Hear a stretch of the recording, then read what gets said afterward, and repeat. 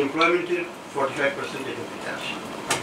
অর্থাৎ কৃষি ব্যাংকের মোট বিতরণের 70% হলো কৃষি ঋণ। জলবায়ু পরিবর্তনের বিরূপ প্রভাব মোকাবেলায় ফিল্ডে দেখেছি কৃষি ঋণ অ্যাডজাস্ট হওয়ার পর আমাদেরকে 98 যে যেমন সেলিম ভাই বললেন আবদারের টাইম, আচ্ছা কোনো আবদার নাই বা কোনো দাবি নাই আপনার কাছে স্যার। একটা জিনিস হচ্ছে যে গত বছর স্যার প্রথম একটা হিট ম্যাপ অনুসারে ব্যাংকগুলোর একটা তালিকা প্রকাশ হয়, লাল, হলুদ, সবুজ।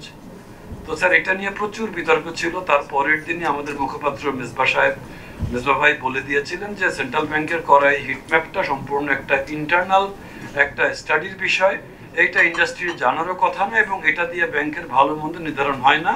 এবং ওনারা বেসিক্যালি উনি প্রেস কনফারেন্স করে এটা ক্যান্সেল আউট করে দিয়েছিলেন। এবারও স্যার তারপরে আমাদের গভর্নর সাহেব রূপ তালুকদার স্যার বলেছিলেন যে না, এটা কখনোই পাবলিশ হবে না।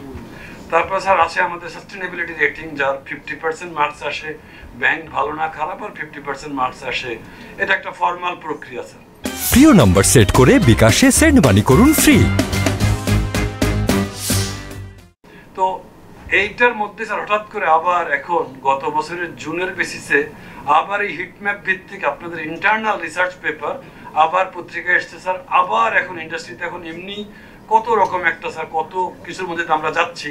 আবার হচ্ছে ধরেন আমার সাথে সকাল থেকে স্যার কাস্টমাররা বাস্তবে আমাদের ব্রাঞ্চ ম্যানেজাররা যে সিটি ব্যাংক কেন ইয়েলো জোনে, এই স্যার এই রেড ইয়েলো জোন স্যার এইসব বিষয়গুলা স্যার আমি অলরেডি যেহেতু রিপিট হয়ে যাবে, আপনি স্যার একটু দেখবেন যে স্যার অনেক ভালো ভালো ব্যাংক ইয়েলো জোনে আছে। এবং স্যার এই বিষয়টা ইন্টারনাল যদি ডকুমেন্ট হয়ে থাকে ইন্টারনাল রাখেন, কিংবা স্যার যেহেতু ইন্টারনাল লিকেজ বন্ধ করা যাচ্ছে না স্যার, তাহলে স্যার পুরো জিনিসটার একটা আবার আপনাদের মুখপাত্র কোনো একটা ব্যাখ্যা দিক।